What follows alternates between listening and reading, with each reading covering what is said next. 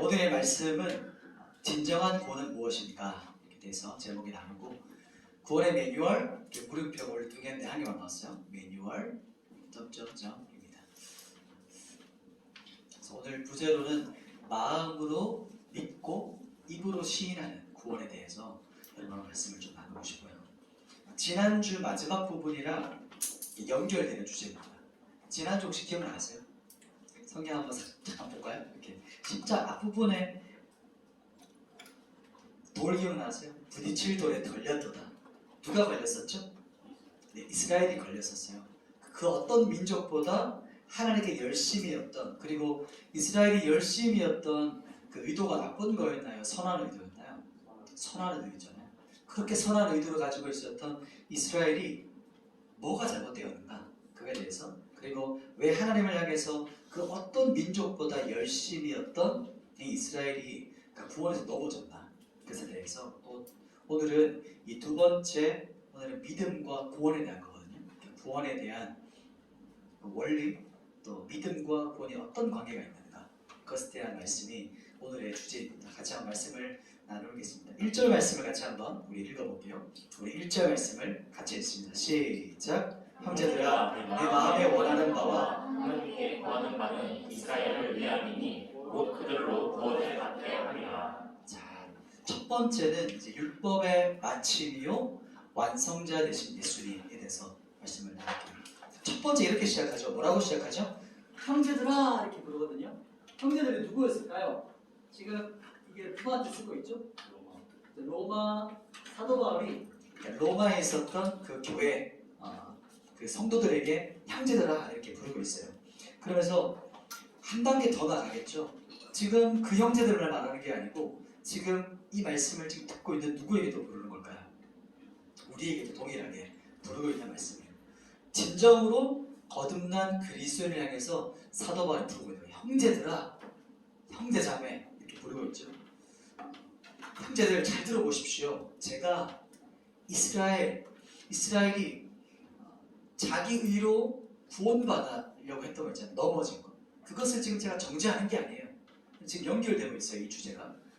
정죄하는 게 아닙니다. 저는 우리 민족, 그 사도 바울이 유대인이었잖아요. 그래서 우리 민족이 어떻게 하면 구원도 받을 수 있을까? 그게 저의 갈망입니다. 이렇게 말하고 있는 거죠. 그 내용은 이제 1절 내용이 11장에 있는 부분에 연결되어서 나중에 나타납니다. 유대인에 대한 것은. 그리고 그때 다시 주제를 좀 보고요. 오늘 본문으로 다시 돌아와서 2절 말씀을 한번 또 볼게요. 2절 같이 한번 읽겠습니다. 시작! 내가 증언하노니 그들이 하나님께 열심히 있으나 올바른 지식을 따는 것이 아니니라. 아멘. 이스라엘은 하나님께 열심히 있었어요. 열심이라고 하면은 근데 문제가 있었죠. 열심은 있었는데 문제가 뭐였죠? 올바른 지식을 따른 것이 아니었어요. 올바른 지식이라는 게 뭘까? 왜 올바른 지식이 아닐까요? 올바르다는 거. 그 누구보다 열정이 있었고 열심히 있었어요. 이스라엘 백성들에게는. 그런 민족이었는데 그것이 하나님에 대한 그 열심의 지식이 하나님을 믿는 곳으로, 하나님을 경험하는 곳으로 이끌어가지 못했어요. 왜 그랬을까요? 한번 볼까요? 왜 그랬냐면 그들이 가지고 있던 열심의 지식은 죽어있던 거였어요. 어떤 지식이었냐면 지성주의 들어봤어요? 아는 것을 계속 원하는 것, 더 많이 알고 원하는 것. 그 지식이 하나님을 믿는 믿음으로 연결가지 못했어요. 잘 한번 생각해 보세요. 무신론자도 하나님에 대해서 알아요. 그 지식이 있어요. 정보가 있어요. 그리고 사탄과 귀신들 알까요? 모를까요? 하나님에 대해서 누구보다 알아요. 왜냐하면 사탄과 귀신들도 하나님 앞에서 두려워 떤다고 했어요. 그 정도로 피부로 느끼면서 알아요. 그런데 문제가 뭐죠? 하나님에 대해서 알고 있어요. 그러나 그 아는 그 지식이 하나님 앞에서 순복하고 하나님을 만나고 하나님을 경외하게 하지 않았어요. 이게 바로 그 지식의 잘못된 지식이라는 거죠. 즉 살아있는 지식은 지혜와 계시의 영이 부어져요. 그러면 우리의 눈이 밝아지는 거죠. 하나님을 경험하게 돼요. 그러나 죽어있는 지식은 무신론자들이 가지고 있던 지식이에요. 하나님에 대한 정보예요. 인포메이션. 그냥 하나의 그거에 대해서 아는 거예요. 경험한 것이 아니고. 그렇게 돼서 그 지식이 하나님을 경험하고 그 앞에서 순복하게 하진 않아요. 사탄과 귀신이 하나님 앞에 회개하는 거 들어본 적 있나요? 그렇지 않거든요. 알고 있지만 그 단계까지 가지 않는 거예요. 그게 바로 죽은 지식이다 이렇게 말해요. 말 그대로 하나님에 대한 정보다 이렇게 말을 하죠. 그런 지식에 대한 열심이 무늬만 그리스도인이고 겉보기에는 그리스도인인데 삶은 어떨까요? 삶은 무신론자적으로 살아가요. 하나님 없는 것처럼 산다 이 말이죠. 3절 말씀, 오늘 같이 3절 말씀도 한번 읽어볼게요. 로마서 10장 3절 같이 읽습니다. 시작. 하나님의 의를 모르고 자기 의를 세우려고 힘써 하나님의 의에 복종하지 아니하느니라. 하나님의 의를 모르고 자기 의를 세우는 것에 몰두되어 있어요. 그러다 보니까 하나님의 의와 뜻에 복종하지 않는다 이렇게 말을 해요. 하나님의 의를 신경 쓰지 않고 내가 열심히 종교적인 활동하는 거. 그래서 여기에 몰두되는 거예요. 하나님의 의가 뭘까요? 하나님의 의가 뭐죠? 우리 로마서 1장 기억나요? 복음에는 하나님의 의가 나타났으니 라고 하셨죠. 그 나타나신 분이 누구셨죠? 예수 그리스도. 하나님의 의는 바로 예수 그리스도가 우리가 알고 있어요. 그분이 하나님의 의로 나타나신 분이시다. 근데 그분께 어떻게 했다는 거죠? 복종하지 않았다는 거죠. 이 말씀은. 그리고 4절 말씀 같이 한번 읽어볼게요. 4절 시작. 그리스도는 모든 믿는 자에게 의를 이루기 위하여 율법의 마침이 되시나. 한 번만 더 읽어볼게요. 오늘 정말 중요한 너무 아름다운 말씀이에요. 4절 말씀이 같이 한번 읽어봅시다. 시작. 그리스도는 모든 믿는 자에게 의를 이루기 위하여 율법의 마침이 되시니라. 아멘. 그리스도는 모든 믿는 자에게 의를 이루기 위하여 율법의 마침이 되셨대요. 율법의 마침이. 이 말씀 계속 한번 생각해 보세요. 무슨 의미일까요? 저는 이 말씀 딱 보고 나서가 아니죠. 묵상하면 할수록 너무 고귀한 말씀이에요. 보석 같은 말씀이에요. 율법의 마침. 예수님께서 율법을 마치셨다라고 해요.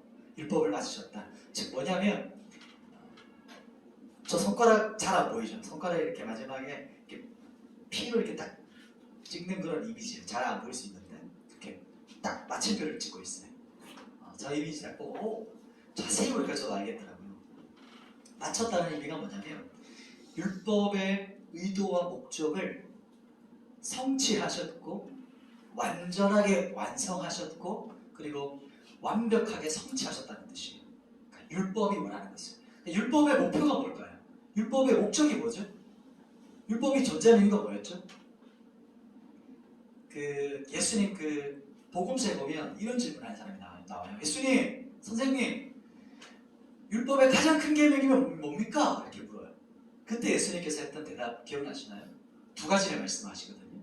첫 번째는 뭐냐면 하나님을 네 마음과 뜻과 힘과 목숨을 다해 사랑하는 거야.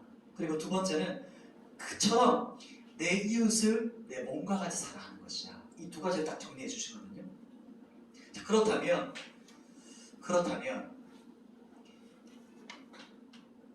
이 율법을 누가 완성하셨을까요? 이 율법의 핵심이죠. 가장 큰 계명을 두 마디로 정리하셨어요. 이 계명을 완전히 완성하신 분이 누구시라고 본문에 말하는 거죠? 예수 그리스도라고 하는 거예요. 어떻게 그렇게 하셨을까요? 십자가에서 그분은 하나님에 대한 사랑을 거기서 완성하셨어요. 예수님의 생애를 한번 생각해 보세요. 예수님의 인생을. 예수님은 오기 전부터 하나님 아버지 마음에 아픔이 있었어요. 하나님 아버지 마음 안에. 그게 어떤 아픔이었냐면 죄인들을 향하신 하나님 그 아버지 안에 있는 그 아픔, 긍휼과 눈물이 있었어요. 그러면 삼위일체 하나님이시잖아요. 예수님께서 그 마음을 아셨을까요? 몰랐을까요? 그 마음을 알고 계셨어요. 하나님 아버지께 이렇게 말하는 거였겠죠. 아버지, 당신 안에 있는 그 아버지의 불타는 마음이 있으시죠. 죄인들을 향한 우리를 향하신 하나님 아버지 마음이 있으시죠. 제가 그 마음을 압니다. 그래서 제가 그 땅에 가겠습니다. 내가 죽겠습니다. 라고 이 땅에 오세요. 그렇게 해서 이 땅에 오셔서 그분은 이 땅에 살아가면서 한 번도 하나님을 향한 사랑과 그 모든 것을 한 번도 끊어본 적이 없어요. 그러니까 율법 그대로를 지키신 분이에요. 예수님은 마음과 뜻과 힘과 목숨을 다해서 아버지를 사랑하시는 인생을 사셨어요.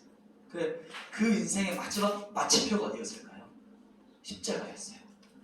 아버지를 향한 그 완벽한 사랑을 그분은 십자가에서 성취하셨고 완성하셨고 끝내셨어요.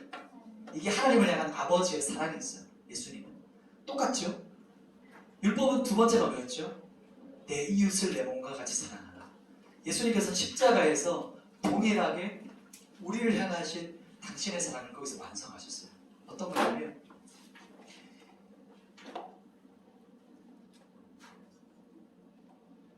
우리가 받아야 될 게 있죠. 죄인이 받아야 될 게 뭐가 있죠? 하나님의 죄의 심판, 진노가 있었어요. 그런데 하나님, 예수님께서 이 땅에 오셔서 내가 그 진노와 심판을 당하고 너는 축복과 생명을 받으라고 하셨고 그 자리에서 바뀌는 자리였어요. 모든 저주와 심판은 그분이 담당하시고 우리에게는 무엇을 열어주셨죠? 생명과 축복과 소망의 길을 열어주셨어요. 당신은 모든 것을 담당하셨어요. 받아야 되는 모든 진노를 받으시면서 우리를 향해서는 생명을 주셨고 축복해 주셨어요. 예수님께 그 모든 죄의 저주가 부어진 거죠.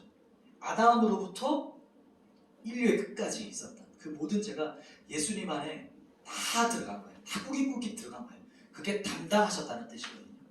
그 모든 것을 담당하시고 그분이 십자가에서 진노를 받으셨어요. 하나의 죄에 벗어남도 없이 모든 죄를 담당하셨어요. 그게 바로 십자가에서 담당하셨던 그분의 십자가예요. 나중에 또 순교사에 대해서 얘기하겠지만 예수님께서 죽으시기 전에 엄청 두려워하셨거든요. 아시죠? 십자가에 돌아가시기 전에 겟세마네 동산 올라가셨잖아요. 거기서 피가 땀이 될 때까지 기도하셨어요.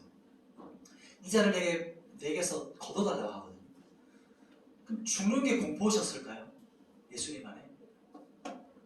나중에 순교사에 보면 8살 소녀들이 사자가 자기에게 달려와서 그 머리를 거의 그 머리가 입을 삭혀서 그 여자애를 너무 자세히 보시면 무섭죠.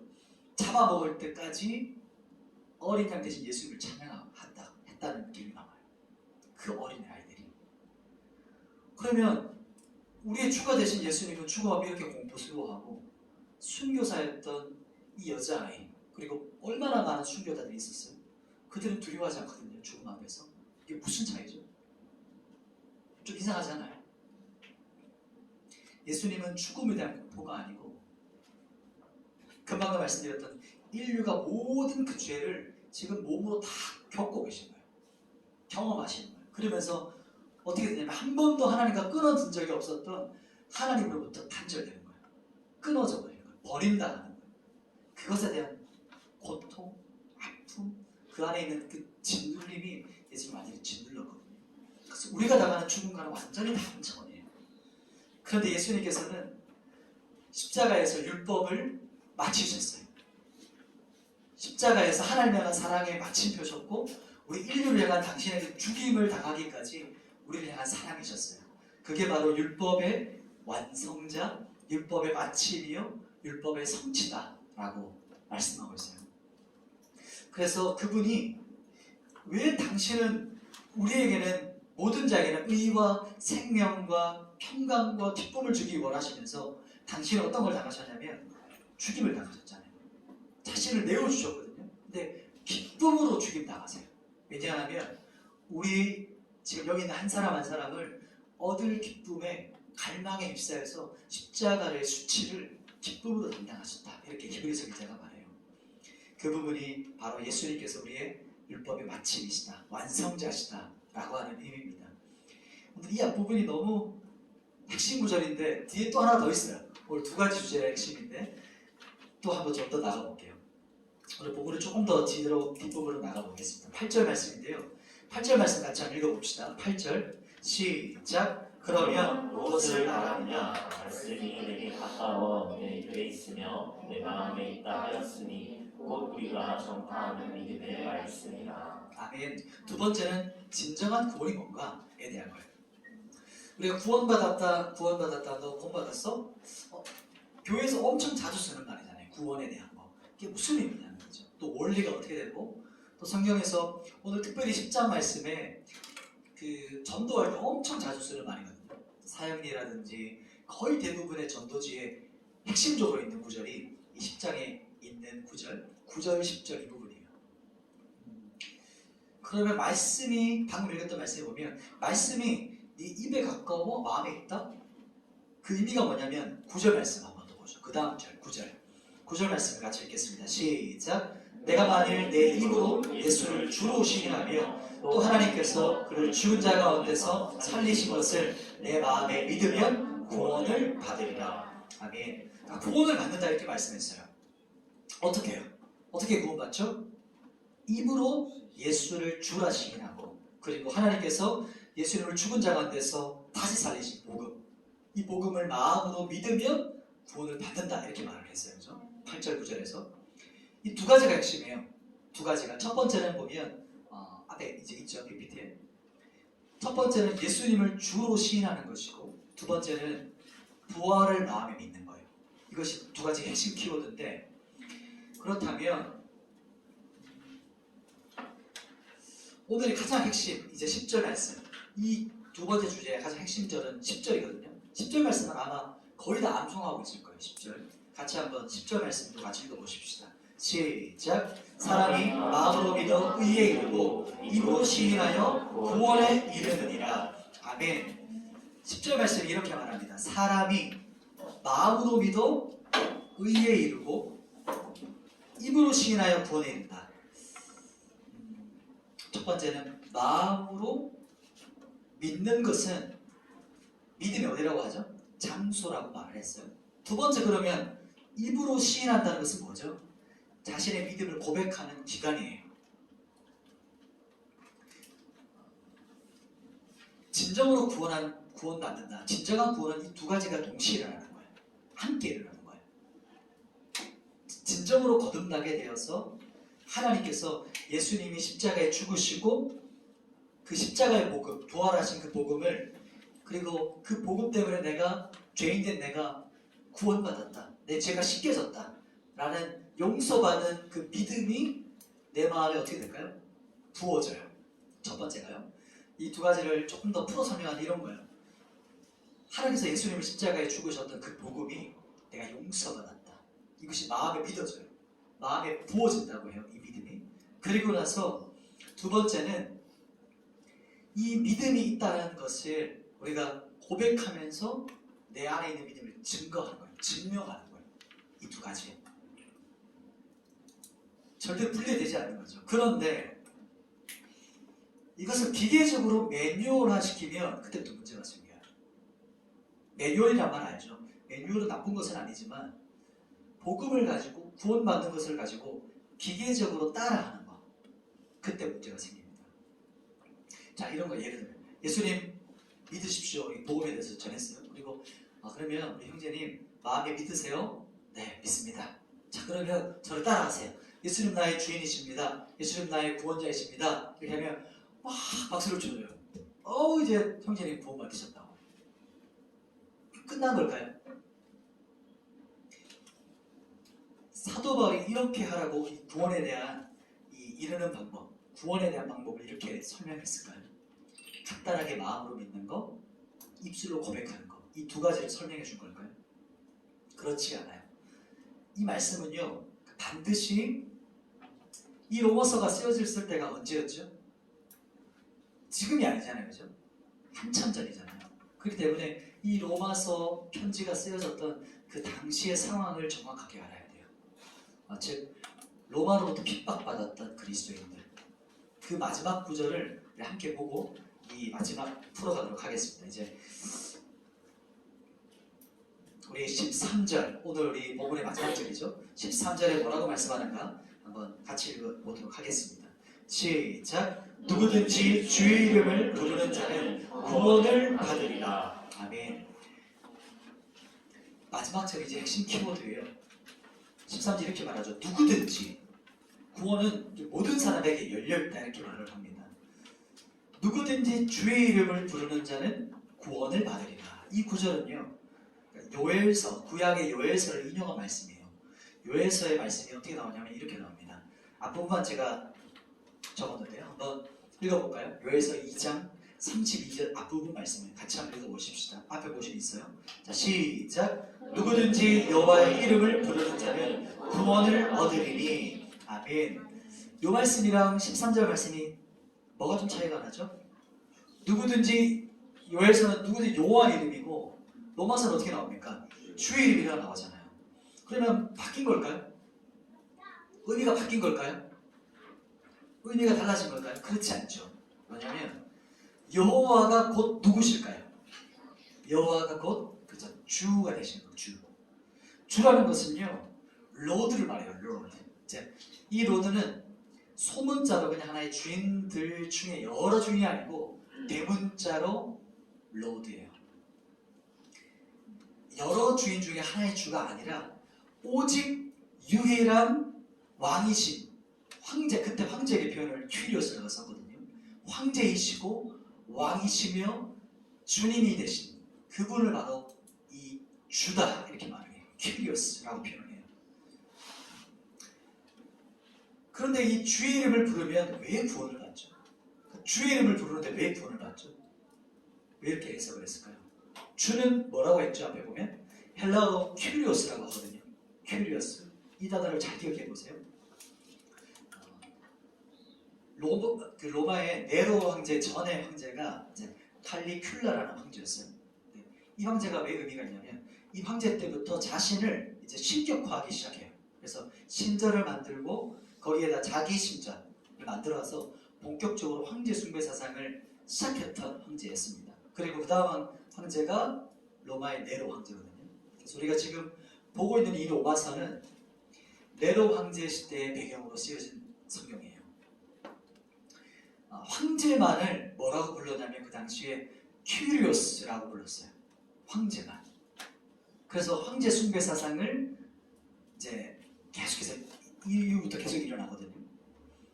그런데 황제만을 큐리오스라고 부르는 그때 그 큐리오스라고 부르는 것을 정면으로 거부한 사람들이 있었어요. 누구였을까요? 그리스도인이었어요. 그리스도인들. 그리스도인들이 나타나서 황제시여, 제가 당신을 존경합니다. 그리고 당신의 권위를 인정합니다. 그러나 당신을 신으로 섬길 수는 없습니다. 라고 말을 해요. 그리스도인들이. 그리고 당신은 왕들 중에 왕입니다. 한 왕이에요. 이렇게 말을 하죠. 그리고 오직 유일한 키리오스는 예수 그리스도 한 분밖에 없습니다. 하고 그 많은 그리스도인들이 로마 때 핍박당하면서 이렇게 고백하고 핍박당하고 순교당해 갔어요. 네. 죽임당해 갑니다. 로마 네로 황제에게 이제 사도 바울도 참수형을 당하거든요. 그때 죽임을 당해요. 약 한 300년의 핍박의 기간이 있었어요. 대환란이라고 하죠. 대핍박. 로마의 대핍박이 300년을 이어가요. 극심한 핍박이었어요. 사진을 보면 좀 무서울 수도 있어요.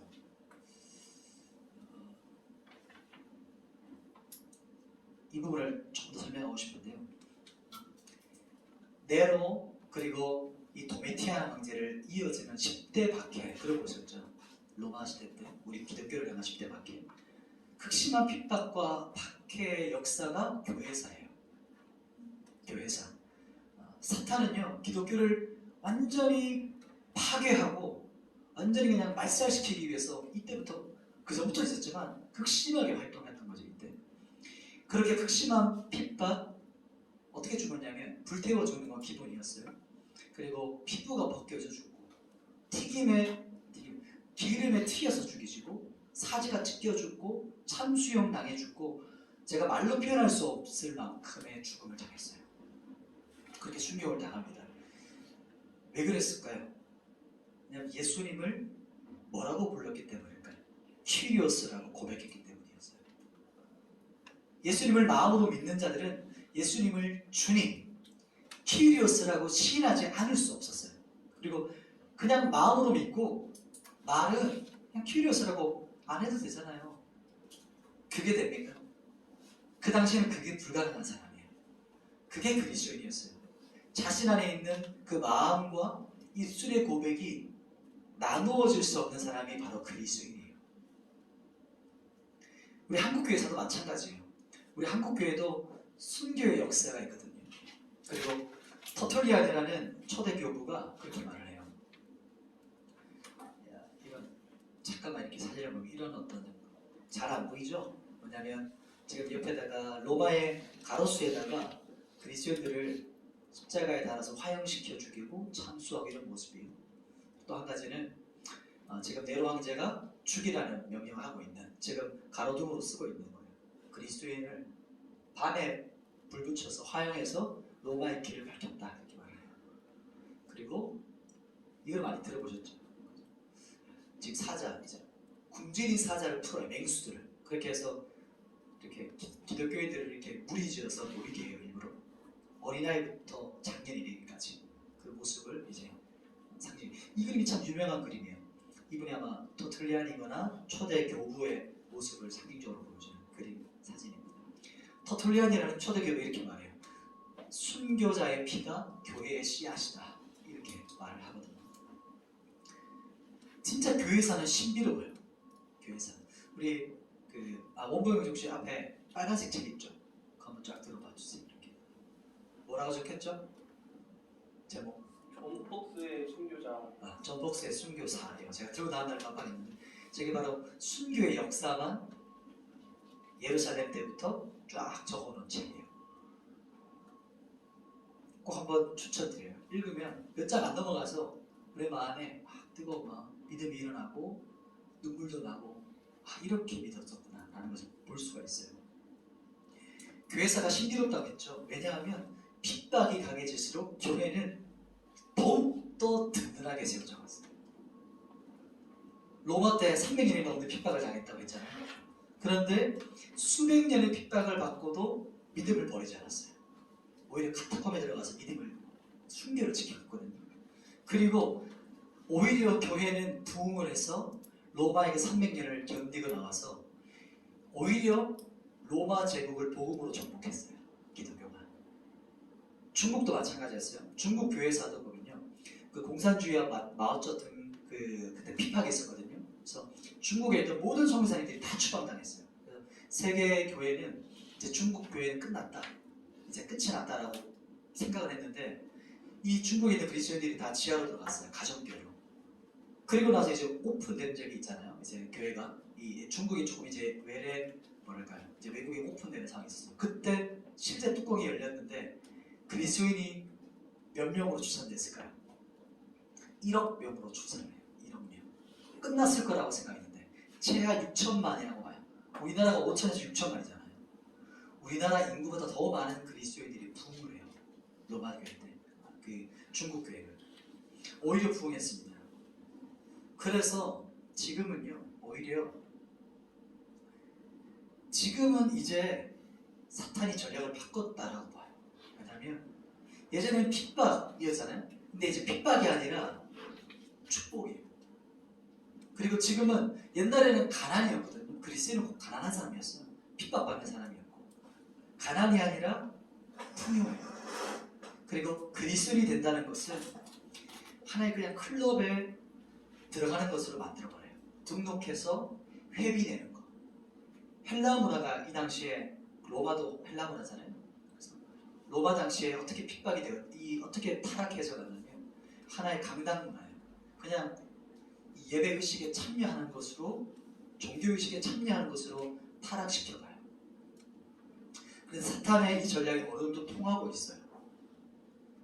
그리스도인이 되는 것을 진정으로 거듭나는 것이 아니고 매뉴얼로 만들어요. 매뉴얼화 시키는 거. 그냥 따라하는 거예요. 그리고 이 과정만 이수하면 당신은 기독교인입니다. 그렇게 할 수 없죠. 왜 그렇죠? 마음과 입은 하나예요. 어떻게 우리의 마음에 있는 믿음이 증명되죠? 우리에게 있는 믿음이 어떻게 증거가 있죠? 증명이 되죠. 이 로마 당시 때 봤을 때는 핍박과 순교 앞에서도 변절되지 않는 거죠.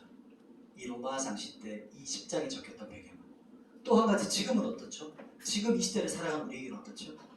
정반대예요. 성공과 축복이 있어요. 근데 그것 때문에 내 믿음을 바꾸지 않는 거예요. 그리고 뭐라고 하는 거냐면 나에게 닥치는 불이익 혹은 고통과 순교 앞에서도 정반대일 축복과 성공 앞에서도 예수님만이 나의 큐리오스라고 고백하는 거예요. 이게 우리의 마음에 있는 믿음과 고백과 삶이 일치하는 거예요. 하나 되는 거예요. 이게 증거이고 증명입니다. 우리 기독교가 한 글자만 빼면 좀 핍박을 안 받거든요. 그 한 글자가 뭐냐면 한번 찾아내보세요. 예수님이 길이요 진리요 생명입니다. 무슨 말이 좀 맞았을까요? 예수님만이 그 길이요 그 길이요 그 진리요 그 생명입니다 라는 거예요. 예수님만이 오직 유일한 큐리오스라는 거예요. 유일한 구원의 길이라는 거예요. 예수님만이 여러 길 중에 하나가 아니고 오직 유일하다는 거예요. 그게 바로 기독교가 지금까지 편협하다 타락 이 세상으로부터 배척받고 있는 이유가 우리만 유일하다고 말하기 때문이에요. 근데 이것을 우리가 타협할 수 있을까요? 타협할 수가 없어요. 말씀을 정리하겠습니다. 첫 번째는 율법의 마침이었어요. 율법의 마침. 우리 예수님께서 율법의 마침이요 율법의 완성자 예수님 십자가에서 하나님의 모든 의와 사랑을 성취하셨어요. 하나님 마음에 있는 그 긍휼 누구를 향한 긍휼이었죠? 나를 향하신 안타까움과 긍휼을 예수님은 아셨어요. 그래서 아버지 제가 죽겠습니다. 아버지 제가 담당할게요. 그래서 이 땅에 오셨고 그 모든 죄의 진노들 내가 받아야 되는 그 모든 죄의 심판을 그분이 십자가에서 당하시고 자신에게는 저주 자신은 심판을 당하시고 우리에게는 축복과 우리에게는 생명을 주셨어요. 자신은 진멸당하시고 우리에게는 너는 살아 이 말인 거죠. 그것이 바로 십자가셨어요. 그것이 율법의 마침이요 율법의 완성이신 그분이십니다. 그리고 두 번째는 진정한 구원이 뭐였죠? 구원의 매뉴얼이 있는 건가요? 성경에 보면 매뉴얼이 있는 것처럼 보였지만 그 당시 진정한 구원이 뭔가? 첫 번째는 내 마음에 진짜 믿는 것. 그리고 이것이 어떻게 증명되냐면 나의 입술을 통해서 나의 삶을 통해서 증명되는 거예요. 이 두 가지가 구분될 수 없는 거예요. 분리될 수 없는 하나 되는 것. 이것이 바로 진짜 구원이에요. 마지막 봤던 그렇다면 예수님만이 큐리오스다. 나의 주님이십니다. 라고 부르는 자는 구원받는다고 했잖아요.